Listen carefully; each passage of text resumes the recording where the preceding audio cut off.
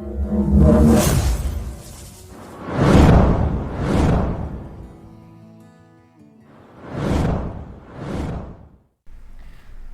everyone, welcome to my YouTube channel BioCool,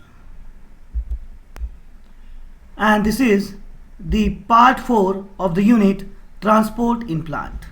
Myself Gokul Bajaj, and in this part 4 we are going to study the water absorbing organs. Hello everyone, welcome back to my YouTube channel BioCool. Now we are going to study the part 4 of the chapter transport in plant. अभी तक हमने 3 part इस video series के देख लिए इस chapter के, जिसमें हमने पढ़ा था डिस्टेंस ऑफ ट्रांसपोर्ट, उसके बाद हमने डायरेक्शन ऑफ ट्रांसपोर्ट की बात की थी और and molecules to be transported की बात की थी। नेक्स्ट लेक्चर में हमने देखा था importance of water to the life, that is water का क्या इंपॉर्टेंस होता है लाइफ के लिए। उसके बाद हमने देखा प्रॉपर्टीज ऑफ वाटर, और आज हम बात करने वाले हैं वाटर एब्जॉर्बिंग ऑर्गन के बारे में। जैसे कि हम बात कर रहे हैं ट्रांसपोर्ट इन प्लांट के बारे में, तो हम प्लांट के कंसर्न में बात करने वाले हैं, और वैसे भी हमने इस चैप्टर को कहा था कि अल्टरनेटिव नाम हो सकता है, that is plant water relationship. तो आज जो हम बात करेंगे वो हम बात करेंगे वाटर एब्जॉर्बिंग ऑर्गन के बारे में।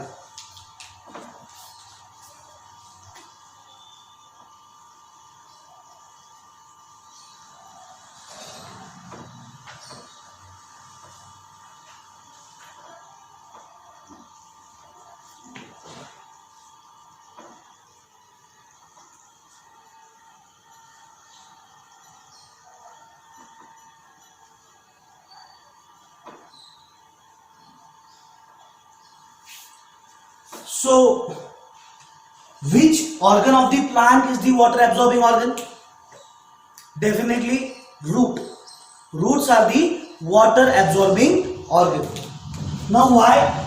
तो देखिए, plant absorb water from the soil. Plant क्या होता है? वाटर को एब्जॉर्ब करते हैं सॉइल से, और सॉइल में कौन सा पार्ट ऑफ द प्लांट होता है? तो सॉइल में रूट्स होते हैं। सॉइल में क्या होते हैं? रूट्स। और जैसे कि सॉइल में रूट्स होंगे तो रूट्स ही होंगे जो क्या करेंगे? वाटर एब्जॉर्ब करेंगे। So roots are the water absorbing organ. So हम ऐसा कह सकते हैं कि roots root organ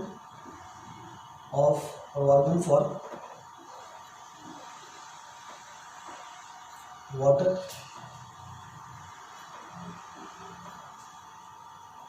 absorption.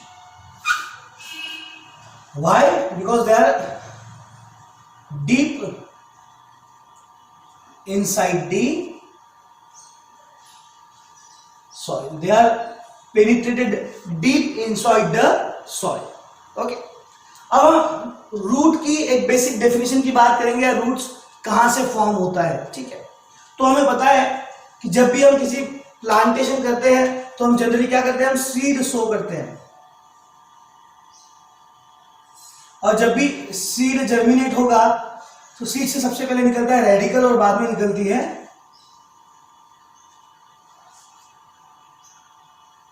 Plumule निकलती है। सो दिस इज रेडिकल, और जो आज रेडिकल है ये आगे जाके क्या बनता है? रूट बनता है। आज जो रेडिकल है वो आगे जाके क्या बनता है? रूट बनता है। तो हम ऐसा कह सकते हैं कि radicle, that is root, is a matured radicle. हम क्या कह सकते हैं कि root is a matured radicle. Root is a matured radicle, या हम उसे अदर लैंग्वेज में ऐसा कह सकते हैं कि it is, that is root is a differentiated organ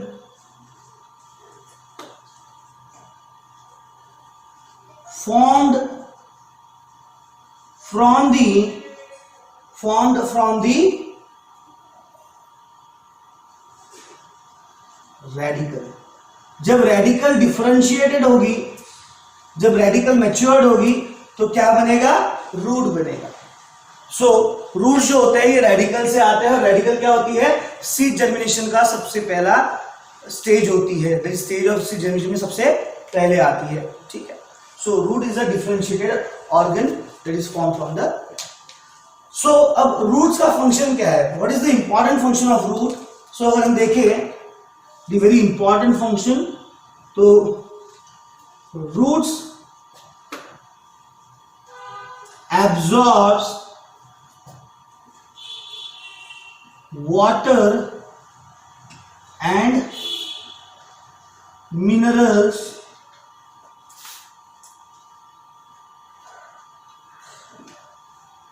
from the soil. So soil से water का और मिनरल्स का एब्जॉर्प्शन करना ये सबसे इंपॉर्टेंट फंक्शन होता है रूट्स का, ठीक है। So they absorb water and minerals, और हमने कहा है कि वाटर और मिनरल्स को दोनों को मिलाकर हम क्या कहते हैं? सैप कहते हैं, करेक्ट। सो वाटर और मिनरल्स एब्जॉर्ब करना इनका मेजर फंक्शन होता है। तो देखिए फिर अब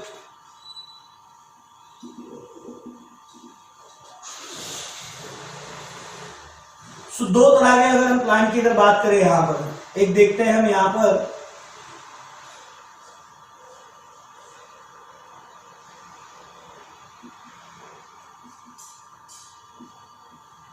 मान लीजिए टेरेस्ट्रियल प्लांट है। टेरेस्ट्रियल प्लांट मतलब जो प्लांट सॉइल पे ग्रो करेंगे कंप्लीटली, ठीक है। सो अगर हम टेरेस्ट्रियल प्लांट के अंदर बात करें, सो इन प्लांट से क्या होता है? Roots are dipped, roots are dipped inside the soil. अब रूट्स सॉइल में होंगे तो क्या होगा? Now roots are inside the soil, तो रूट्स सॉइल के कांटेक्ट में होंगे। So roots absorb the water, roots absorb, but सिर्फ एब्जॉर्ब वाटर की जगह क्या कहेंगे हम? Liquid form of water. Important thing क्या है यहां पर कि रूट्स जो होते हैं, जो टेरेस्ट्रियल प्लांट होते हैं, उनके रूट्स जो होते हैं वो टेरेस्ट्रियल प्लांट के अंदर liquid form of water absorb करते हैं। फिर ऐसे कोई प्लांट होते हैं जो इनके अलावा भी, लिक्विड के अलावा और कोई फॉर्म में वाटर एब्जॉर्ब करते हैं, तो यस, स्पेशलाइज्ड प्लांट ग्रुप होता है जिन्हें हम कहते हैं एपिफाइट्स।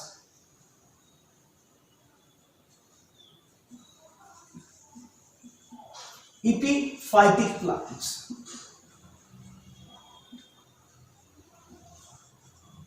अब इस एपिफाइटिक प्लांट का मतलब क्या होता है?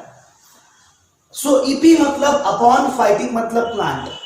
ऐसे प्लांट जो किसी और प्लांट के ऊपर ग्रो करे। एपिफाइट्स का मतलब क्या होता है? ऐसे प्लांट जो किसी और प्लांट के ऊपर ग्रो करे। आप यहां देख सकते हो इस पिक्चर में, यहां पर एक प्लांट दूसरे प्लांट के ऊपर ग्रो कर रहा है, तो जो प्लांट किसी और प्लांट में ग्रो कर रहा है उसे हम क्या कहेंगे? एपिफाइटिक। एपी मतलब upon, phytic is a plant. तो ऐसे प्लांट जो किसी और प्लांट के ऊपर ग्रो करे उसे हम कहते हैं एपिफाइटिक प्लांट।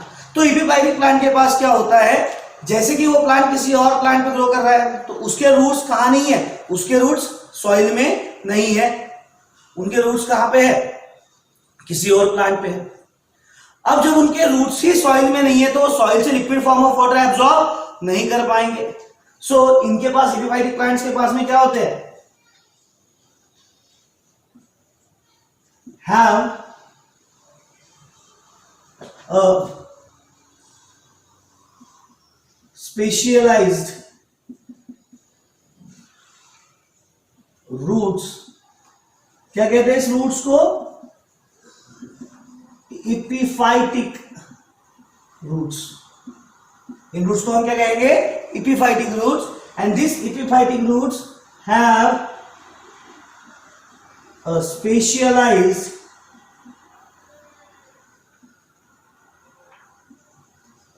क्या होता है इनके पास? स्पेशलाइज्ड टिश्यू होते हैं। क्या कहते हैं उस स्पेशलाइज्ड टिश्यू को? So now this specialized tissue is called as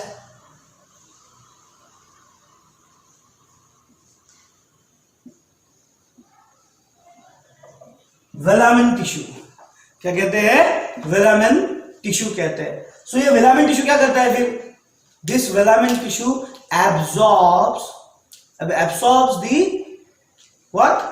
vapour form of water. जो एटमॉस्फेयर में वेपर फॉर्म ऑफ वाटर होगा वो कौन एब्सॉर्ब करता है? Velamen tissue. तो नॉर्मली सभी प्लांट्स क्या करते हैं? Liquid form of water absorb करते हैं। बट अगर हम इपिफाइटिक प्लांट्स की बात करें तो इपिफाइटिक प्लांट्स कौन सा फॉर्म ऑफ वाटर एब्सॉर्ब करते हैं? दे एब्सॉर्ब दी गैसियस फॉर्म और वेपर फॉर्म ऑफ वाटर। सो यहां पे हम कहेंगे कि एब्सॉर्ब्स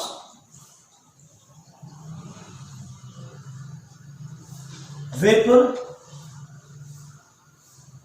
फॉर्म ऑफ वाटर। तो इस वेपर फॉर्म ऑफ वाटर के लिए एक स्पेशलाइज्ड टिश्यू होते हैं इन प्लांट्स के पास, और वो टिश्यू को हम क्या कहते हैं? उस टिश्यू को हम कहते हैं वेलामिन टिश्यू। नाम आपको याद रखना है, वेलामिन टिश्यू। किन प्लांट्स के अंदर होते हैं? कोई एग्जांपल आपको पता है? तो एग्जांपल की अगर हम बात करें तो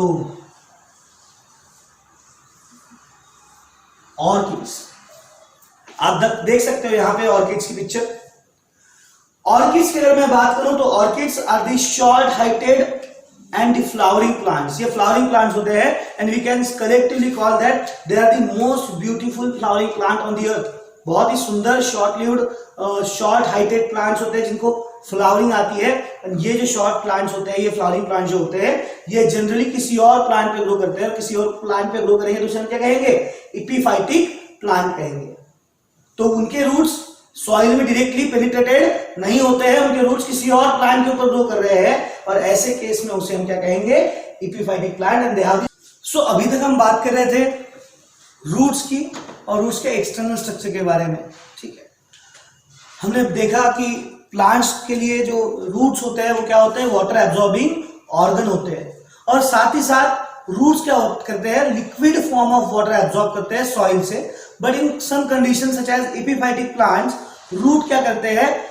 vapour form of water absorb करते हैं एटमॉस्फेरिक गैसेस से या एटमॉस्फेयर से, ठीक है। सो एटमॉस्फेयर में जो मॉइस्चर होता है वो मॉइस्चर एब्जॉर्ब करने का काम करते हैं एपिफाइटिक रूट्स, और स्पेशलाइज्ड टिश्यू होता है उनके पास जिसे हम कहते हैं वेलामिन tissue.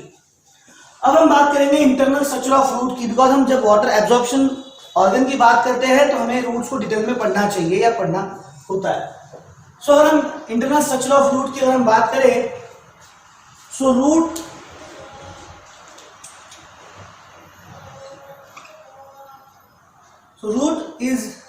roots is generally divisible, यानी कि डिवाइड किया जाता है उसे, divisible in 4 parts। Root is generally divisible in 4 part. कैसे? तो देखिए,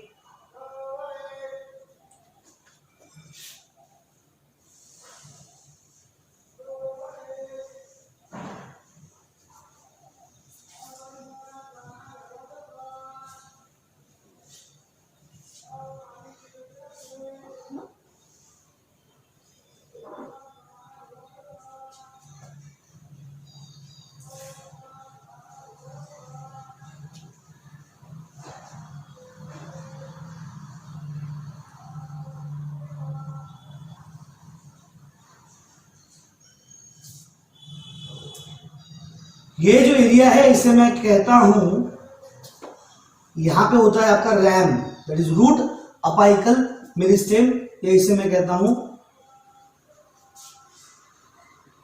रीजन ऑफ सेल डिवीजन। इसे क्या कहता हूं? रीजन ऑफ सेल डिवीजन, या इसे हम कहते हैं मेरिस्टेमेटिक रीजन, या क्या कह सकते हैं इसे? मेरिस्टेमेटिक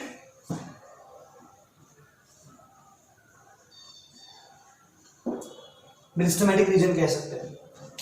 अब आपको पता है रूट्स जो होते हैं, इसका जो रैम होता है, रूट ऑफ एपिकल मेरिस्टेम, में कहां होता है, उसके टिप पे होगा, और ये टिप जो होगी सॉइल के साथ में इंटरेक्शन में होगी, सॉइल के साथ में कांटेक्ट में होगी। और सॉइल में कई सारे क्रिस्टल पार्टिकल्स होते हैं, कई सारे पत्थर होते हैं जो क्या कर सकते हैं, इस मेरिस्टेम को डैमेज कर सकते हैं। सो इस मेरिस्टेम को डैमेज से बचाने के लिए इस मेरिस्टेम के ऊपर एक स्पेशलाइज्ड स्ट्रक्चर होता है,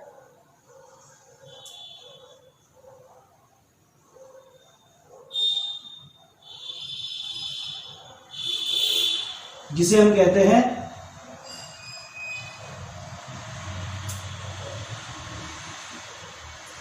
रूट कैप कहते हैं।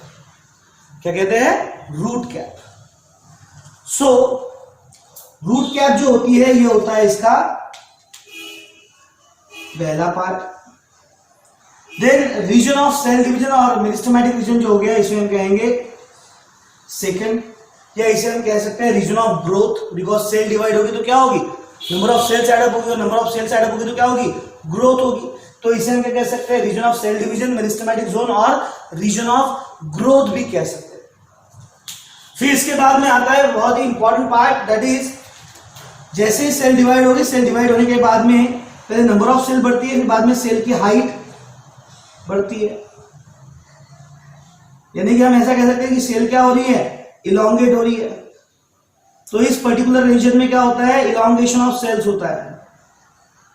सो इसे हम कहेंगे रीजन ऑफ इलोंगेशन और zone of elongation. So this reason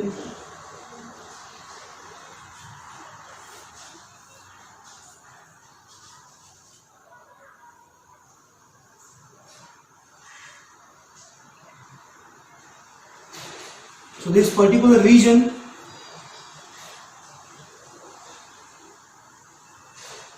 is called as region of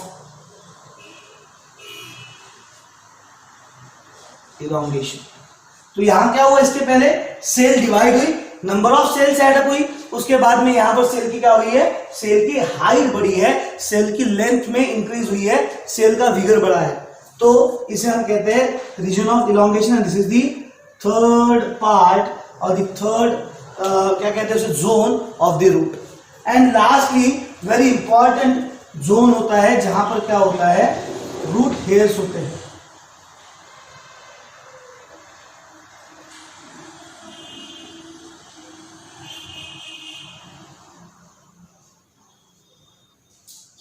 सो यहां पर रूट्स है, यानी यहां पे क्या है, सबसे मैच्योर्ड सेल्स है, बिकॉज वो सेल डिवाइड भी हो चुकी है, वो सेल ने डिवाइड होना खत्म कर दिया है। यहां पर जो सेल्स होती है वो सेल डिवाइड नहीं कर पाती, बिकॉज वो परमानेंट टिश्यू का पार्ट होते हैं। और लास्टली यहां पर जो सेल्स है, इनकी हाइट जितनी बढ़नी चाहिए थी मैक्सिमम, उतनी हाइट है। सो इस जोन में होने वाली सेल्स को हम कहते हैं सेल्स ऑफ, दैट इज इसे हम कहेंगे जोन ऑफ मैच्योरेशन, जहां पे सेल्स कंप्लीटली मैच्योर्ड है। सो दिस इज रीजन और जोन ऑफ मैच्योरेशन।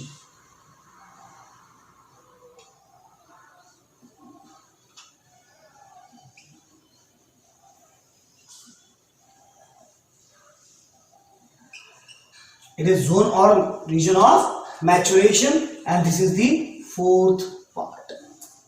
So चार हिस्सों में जनरली रूट को डिवाइड किया जाता है, that is one is root cap, इसे हम कहते हैं रीजन ऑफ प्रोटेक्शन, इसे और एक नाम हम दे सकते हैं, it can be called as the region of protection. इसे हमने कहा region of cell division, meristematic region, या इसे हम कहते हैं region of growth, zone of growth भी कह सकते हैं।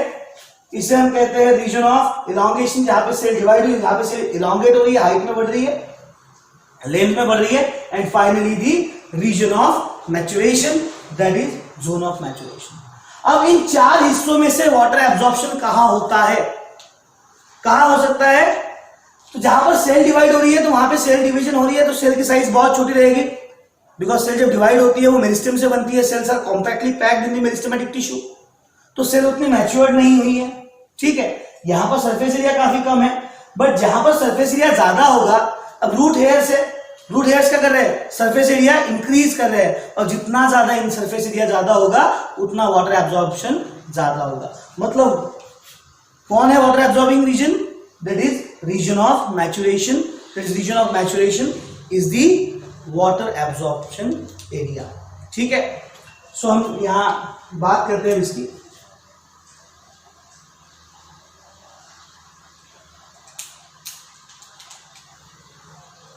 So mostly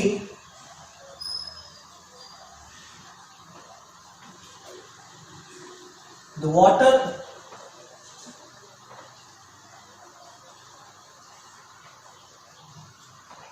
absorbed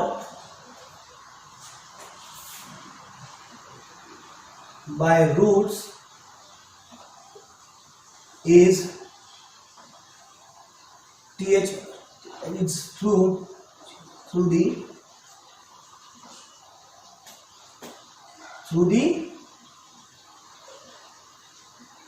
zone of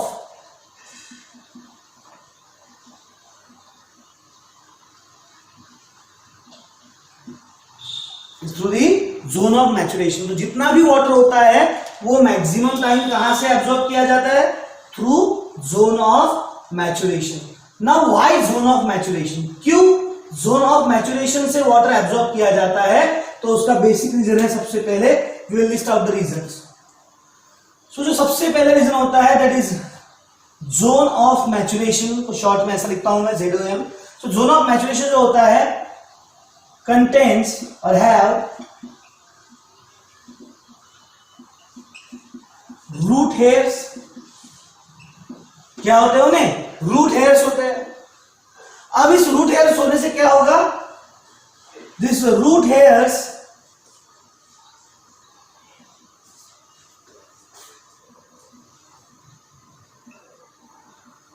increases the surface area. अब इस केस में क्या हो जाएगा? सरफेस एरिया बढ़ जाएगा. अब अगर सरफेस एरिया बढ़ गया, अब मान लीजिए यहां पे इस अगर मेरा हाथ ऐसा है तो यहां पे सरफेस एरिया कैसा होगा? कम. और अगर मान लीजिए हाथ ऐसा है तो यहां पे सरफेस एरिया कैसा होगा? ज्यादा. बिकॉज ये एरिया कैसा हो गया? ये एरिया एक्स्ट्रा कांटेक्ट में आएगा. करेक्ट. तो उसी तरह से रूट हेयर्स क्या करेंगे? एक सरफेस एरिया इंक्रीज करेंगे. And the increased surface area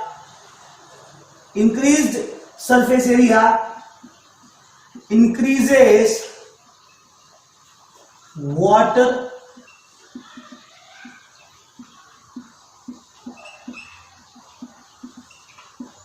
increase surface area increases the water absorption. इससे क्या होगा? वाटर ज्यादा एब्जॉर्ब होगा. और जैसे कि जहां पर रूट हेयर्स होंगे वो एरिया में एब्जॉर्प्शन ज्यादा होगा, इसलिए उस रीजन को हम कह सकते हैं, क्या कह सकते हैं उस रीजन को? We can call that region as the region of water absorption या रीजन ऑफ एब्जॉर्प्शन भी कह सकते हैं. सो इन चार रीजन में से हमारा वाटर एब्जॉर्प्शन में हेल्प करने वाला रीजन कौन सा है? रीजन ऑफ मैचुरेशन, या इसे हम कह सकते हैं जोन ऑफ मैचुरेशन, या इसे हम आज से और एक नाम देंगे, इसे हम कहेंगे region of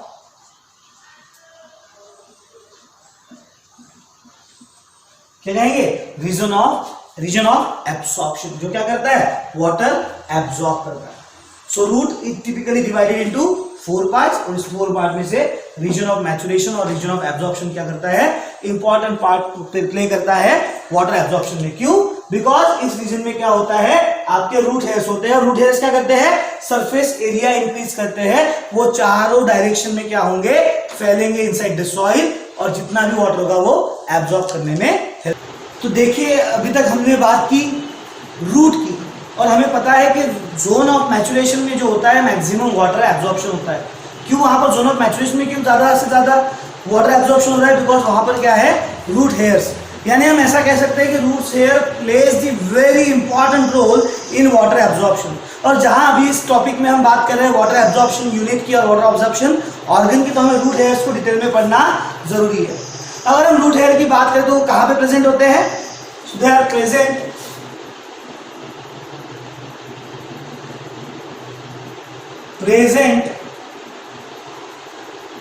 at zone of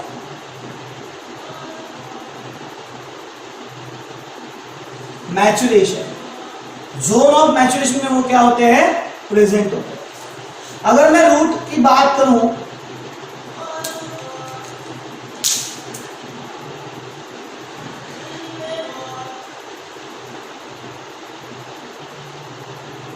तो मान लीजिए ये किसी प्लांट का रूट है एंड दिस इज दी, यहां से क्या आएंगे, रूट हेयर्स आएंगे। और अगर इस एरिया का मैं क्रॉस सेक्शन लेता हूं, इस एरिया का अगर मैं क्रॉस सेक्शन लेता हूं तो मुझे इस तरह का कुछ स्ट्रक्चर देखने मिलेगा, इस तरह से। If I take the transverse section of the cross section, so ये जो बाहर की लेयर होगी, इस लेयर को हम कहेंगे एपिडर्मिस, या इसे और कहा जा सकता है एपिब्लेमा। क्या कहा जाता है, एपिडर्मिस और एपिब्लेमा। नेक्स्ट, ये जो रीजन होगा, जो ग्रीन पेन से, ग्रीन कलर से दिखाया गया है, इसे हम कहते हैं कॉर्टेक्स। क्या कहते हैं, कॉर्टेक्स। जो ब्लैक कलर से इंडिकेट किया गया है वो है आपका रीजन जिसे हम कहते हैं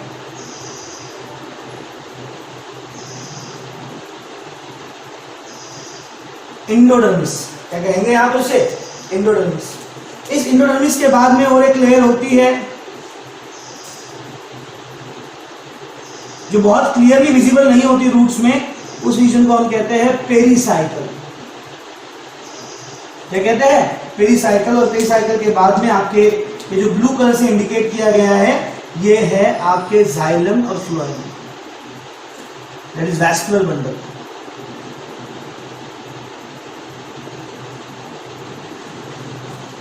सो ये इंटरनल स्ट्रक्चर है। फिर हम रूट हेयर्स कहाँ होते हैं, तो रूट हेयर्स होते हैं आपके पेरीफेरी पर, आपके एपिब्लेमा पर। तो आपकी epiblemal cell, that is epidermal cell, और यहां से इस तरह से निकलते हैं आपके root hairs.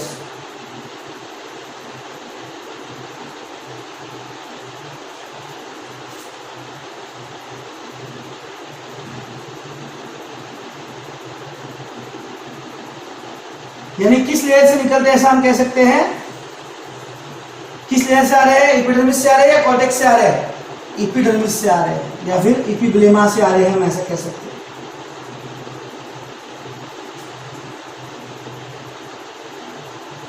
So root hairs arises from the epidermal layer। कहां से आ रहे हैं, epidermal layer से आ रहे हैं। तो इसे हम ऐसा कह सकते हैं कि इट इज, या इट, इसकी बात करें हम रूट हेयर की, सो हम कह सकते हैं arises from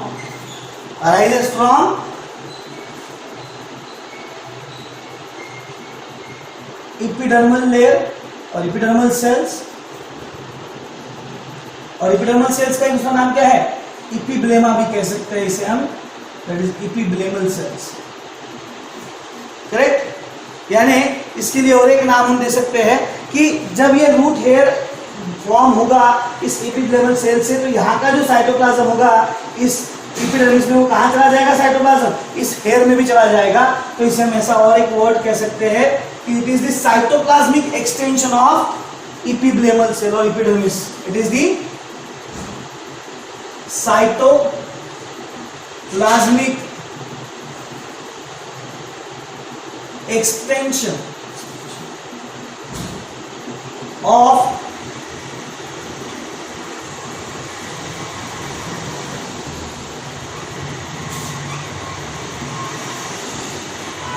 it is cytoplasmic extension of epidermal cell और epiblema cells, या इसे हम कह सकते हैं प्रोलॉन्गेशन। प्रोलॉन्गेशन मतलब एक सेल ऐसी थी, ये एक तरह की सेल थी, और क्या हुआ वहां पे कहीं तो भी इस तरह से वो लॉन्ग हो गई लेंथ में, तो इसे हम क्या कहेंगे, prolongation. That is prolongation of your epidermal cell. So it is the cytoplasmic extension of epidermal cell और the prolongation of epidermal cell. अगर हम इसके डिटेल स्ट्रक्चर की अगर हम बात करें तो ये इस तरह से होगा। अगर मैं इतने एरिया को यहाँ पर, इतने एरिया को मैं अगर यहाँ पे हाईलाइट करूँ तो वो इस तरह से दिखेगा।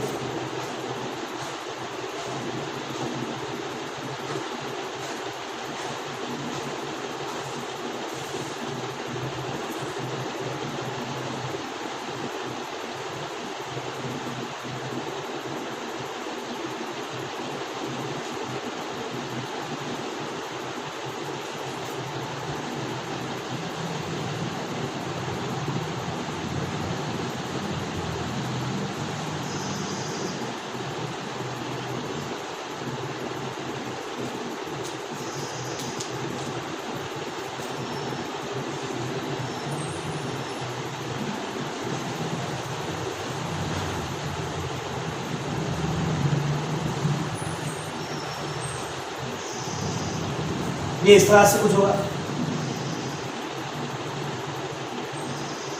करेक्ट। सो अगर हम बात करें हेयर रूट्स की तो इस तरह से हेयर रूट का एक क्लियर पिक्चर होगा, क्लियर डायग्राम होगी। सो हम इसे कह सकते हैं कि it is the tube like structure.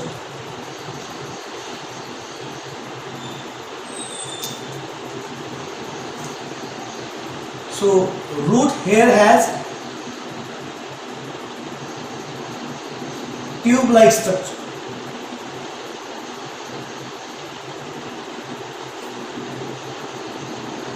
अगर इनकी हाइट की बात करें, इनकी हाइट की अगर हम बात करें, जैसे यहां पे हाइट की बात करने की जरूरत नहीं है। अगर हम इसे लेंथ की बात करें,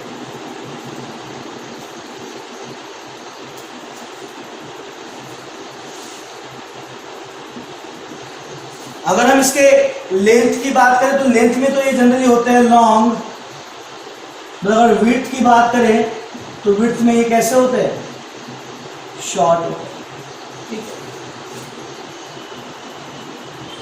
और टोटल साइज अगर इसके हम देखें तो साइज में होते हैं ये 1 to 10 मिलीमीटर्स। कितने होते हैं, 1 to 10 मिलीमीटर्स होते हैं। ये कभी ब्रांच स्ट्रक्चर नहीं दिखेगा आपको, इसको ब्रांचिंग नहीं आती, ये सिंगल रहेगा, it is not branch. So हम ऐसा कह सकते हैं कि this are the unbranched structure. कैसे है ये, अनब्रांच स्ट्रक्चर है। और अनब्रांच होने के साथ साथ में ही हम क्या कह सकते हैं कि दे आर वेरी डेलिकेट, बहुत ही नाजुक होते हैं। अगर आप थोड़ा सा भी प्रेशर लगाओगे तो वो क्या होंगे, डिटैच हो जाएंगे, निकल जाएंगे। तो they are very delicate structure. So जैसे कि हमने कहा कि ये अनब्रांच्ड होते हैं, डेलिकेट होते हैं। डेलिकेट मतलब बहुत ही नाजुक होते हैं। एंड वन मोर थिंग, ये जो होते हैं ये एफिमरल होते हैं। अब एफिमरल का मतलब क्या होता है, तो एफिमरल का मतलब होता है शॉर्ट लिव्ड।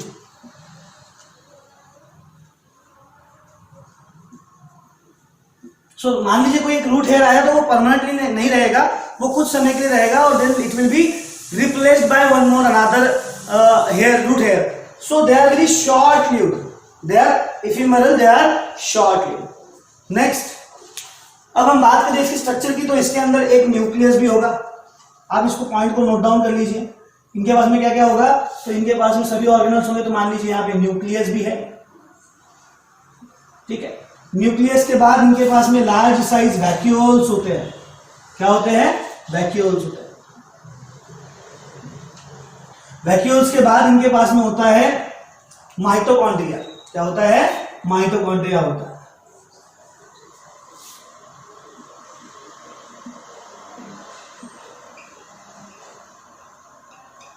क्या इनके पास में क्लोरोप्लास्ट होगा, नहीं। ये पार्ट जो होता है ये रूट है, और रूट कहां होता है, सॉइल के अंदर, जहां पे जो होती है सनलाइट नहीं पहुंच पाती। तो इनके पास में क्लोरोप्लास्ट रख के कोई मतलब नहीं होगा, यहां इनके पास में क्लोरोप्लास्ट नहीं होता।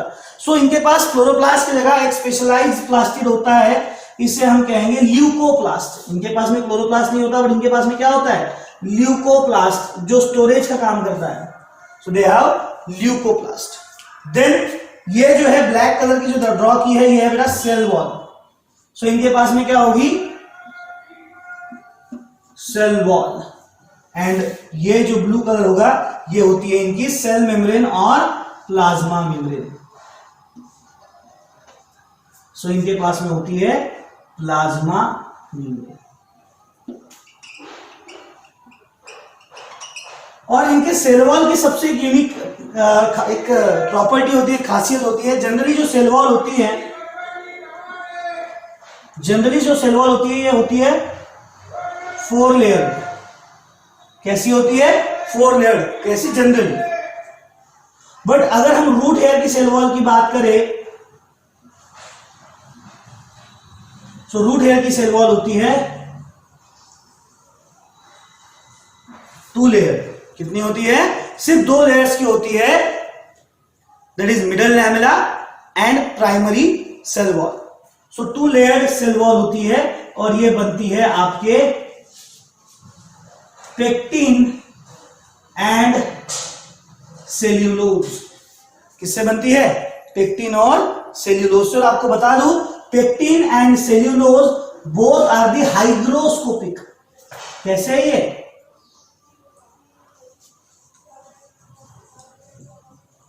हाइग्रोस्कोपिक मतलब मॉइस्चर एब्जॉर्ब करने वाले। और जैसे कि इनकी सेल वॉल जो होगी हेयर पेक्टिन और सेल्यूलोज से बनी होगी, तो वो कैसे होंगे?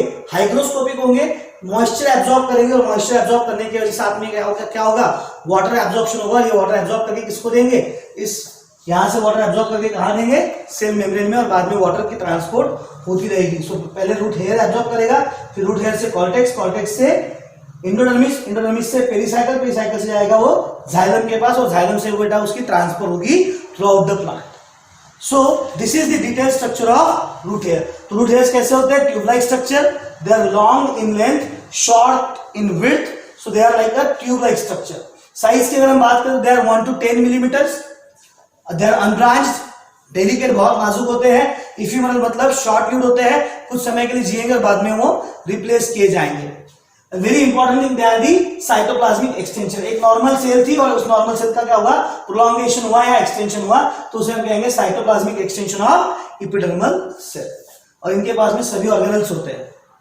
क्लोरोप्लास्ट नहीं होता, ल्यूकोप्लास्ट होता है। So this is all about the that root as the organ of water absorption.